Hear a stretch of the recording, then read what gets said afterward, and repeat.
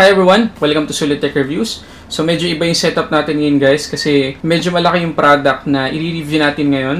So ito yung box niya, ito yung Marshall Acton 2 Voice. At ito guys yung pinakamahal at pinakamagandang speaker, Bluetooth speaker so far na i-review natin dito sa channel. At bago tayo mag-start, gusto ko muna magpa-thank you sa sponsor natin, ang Digital Walker. Ang Digital Walker guys, ang official distributor ng Marshall speakers. At alam naman nating lahat na yung Marshall speakers ang isa sa pinaka-pioneer pagdating sa paggawa ng speaker at mga amplifiers. Kaya ngayon pa lang, kahit hindi pa natin ito natetest, 100% sobrang ganda ng tunog nito guys. At itong Marshall Acton 2 Bluetooth speaker guys ay available hindi lang sa Digital Walker, meron din ito sa Beyond the Box store. At pwede nyo rin i-visit yung Digital Walker Lazada page, nandiyan ang link sa description sa baba. Ngayon, bago natin i-unbox to guys, gusto ko rin munang sabihin sa inyo kung magkano to. Kagaya na sinabi ko kanina, ito yung pinakamahal na Bluetooth speaker na i-review natin dito sa channel. Ang price ito guys, sa ngayon ay 20,000 pesos. Yes, hindi biro yung price. Baka sabihin nyo, bibili na lang ako ng ganitong Bluetooth speaker or yung ganitong speaker, mas mura pa. Pero bago kayo mag-react guys, hayaan nyo muna i-explain ko sa inyo kung bakit sulit bilhin si Marshall Acton 2. Okay, so ito yung box niya guys, sobrang simple lang, kulay black. Ito yung picture ng Acton 2. At yung Acton 2 guys ay merong voice assistant. Ito yung Google Assistant. So pwede natin siyang bigyan ng command using Hey Google. At hindi lang siya Bluetooth speaker, meron din siyang Wi-Fi. At para makita natin yung lahat, i-unbox na natin to. Excited na rin ako makita to guys. So mabigat siya, i-ano ko lang, tatayo ko lang.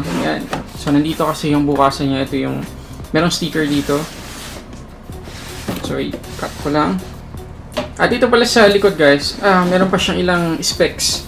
Meron siyang isang woofer na 30 watts, Class D amplifier. Tapos yung tweeters niya ay dalawa, 15 watts pareho, Class D amplifiers din. Meron siyang voice control, yun nga yung Google Assistant, Wi-Fi connectivity, Bluetooth, tsaka 3.5mm jack. So ayun yung price niya, makikita nyo naman. 19,990. So 20k. So open natin.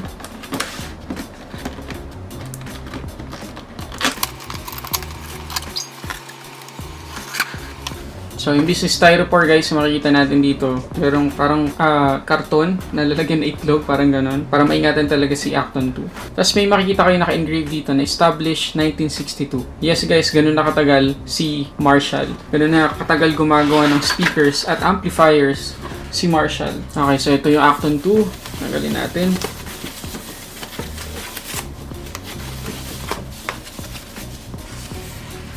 So, tinabi ko muna siya dito. Tingnan muna natin itong ibang laman. Andyan yung quick user guide, tsaka legal and safety documentations. Tapos, meron tayong power cord at dalawang silica gel. Okay, so ito na si Acton. Acton 2. Sobrang bigat niya guys. Okay, so ito na yung speaker guys. Sobrang ganda. Ito palang taas. Yung texture, yung itsura overall guys. Sobrang ganda talaga. Pakita ko sa inyo yung itsura niya. Mabigat siya, mabigat. So, zoom ko lang muna. Ayan. Kita nyo guys, sobrang classic na itsura. Marshall logo, tapos established 1962. Tapos yung texture niya, parang leather. Kahoy na binalutan ng leather, parang ganun. So, meron siyang rubberized na paa para hindi tumulas-tulas si Marshall. Acton 2 pag ginagamit natin. Tapos dito sa ibabaw, ayan, makikita natin yung controls niya. 3.5mm jack or auxiliary port. Tapos yung button para sa mode kung gusto nating palitan. Pwedeng Wi-Fi, Bluetooth, tsaka auxiliary port. Tapos volume controller, bass, tapos yung treble niya. Tapos play pause button, tsaka yung button para sa Google Assistant. Pero meron tong companion app, mamaya papakita ko sa inyo. Tapos, merong mga LED indicator dito sa harap pala. Ayan, ayan o. LED indicator. Sa likod, mabigat talaga siya guys, kahit ang liit niya. Talagang siksik tong Marshall Acton 2. Tapos ito yung subwoofer niya. Power port. Okay, so yan yung itsura ng Acton 2. Pero para mas ma-appreciate nyo guys yung itsura, gumawa ako ng... ang bigat talaga. Gumawa ako ng montage para dito kay Acton 2. Panoorin nyo to.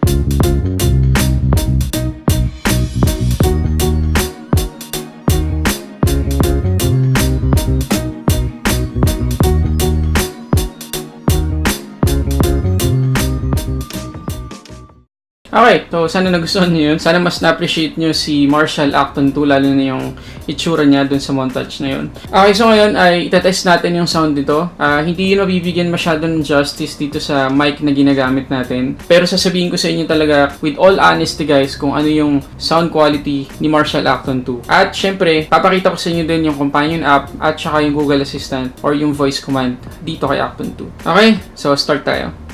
Napakadali lang i-setup ng Marshall Acton 2. Kailangan lang natin i-install at i-set up si Google Home app.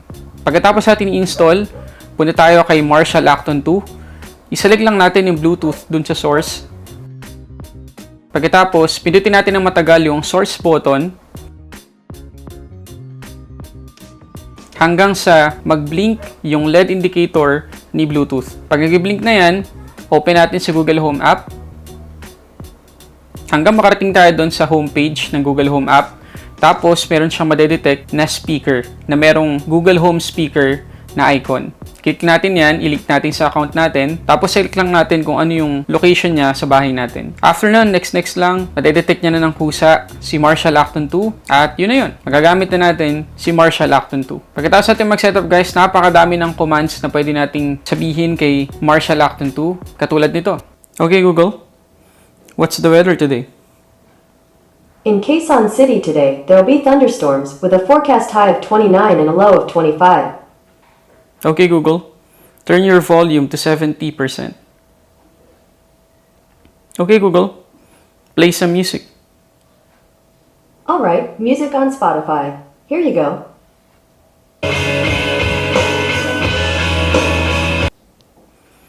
Okay Google, tell me a joke. One joke coming up. How do you get rid of butterflies in your stomach? Stop eating caterpillars. Puntahan naman natin yung audio quality ng Marshall Acton 2. Well, to be honest guys, hindi nabigyan ng justice ng mic ng DSLR ko yung power ng sound quality ng Marshall Acton 2. Pero para lang magkaroon kayo ng idea, nag-record na rin ako ng sound. Okay Google, play some no copyright songs. Sure, here's the album No Copyright Sounds for Videos on Spotify.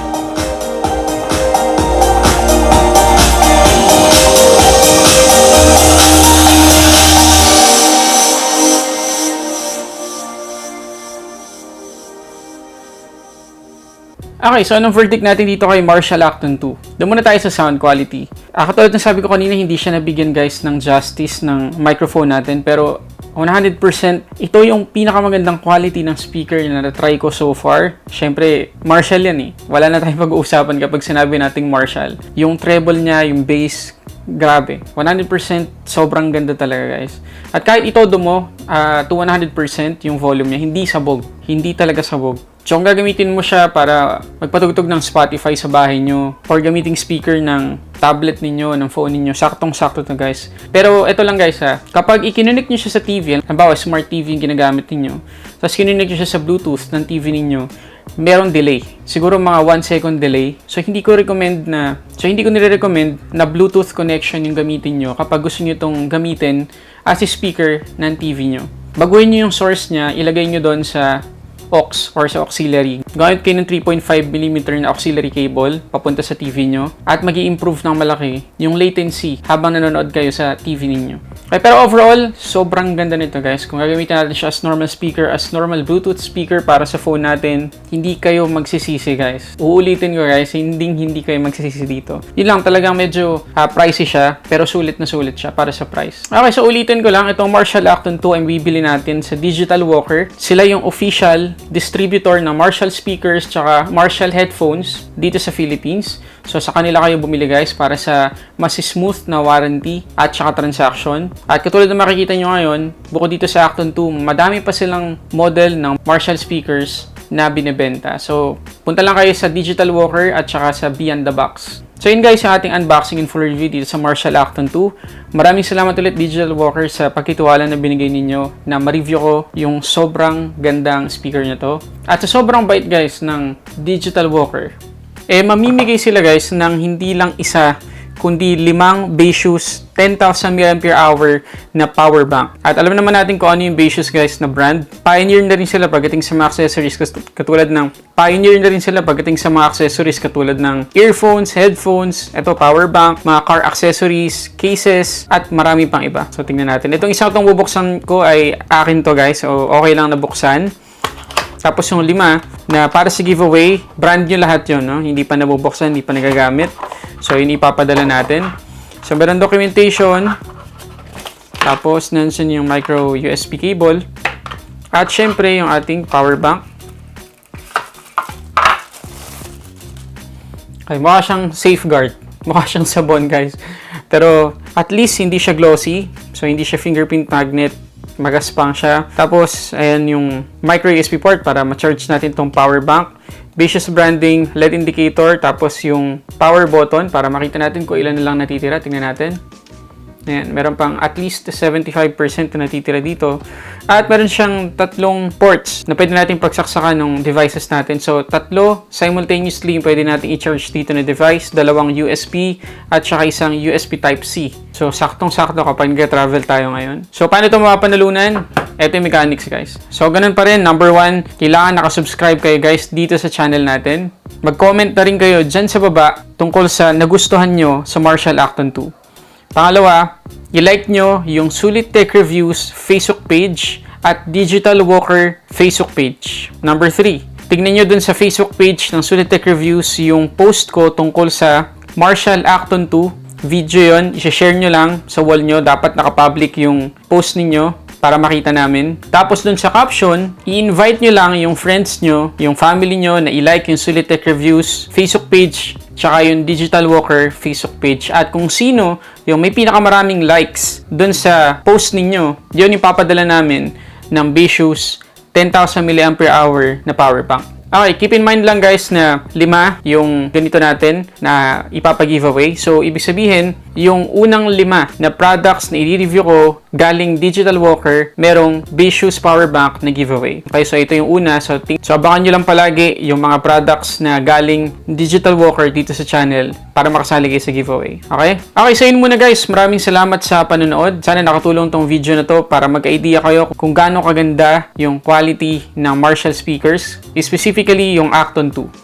Don't forget to like, comment, subscribe guys. Malapit na tayong mag 100,000 subs. Maraming salamat guys. Excited na ako na mangyari yun kasi meron din akong i-announce pag nakatungtong na tayo sa 100k subs. Yun lang muna para sa samot-saring unboxing reviews. This is Sulit Tech Reviews.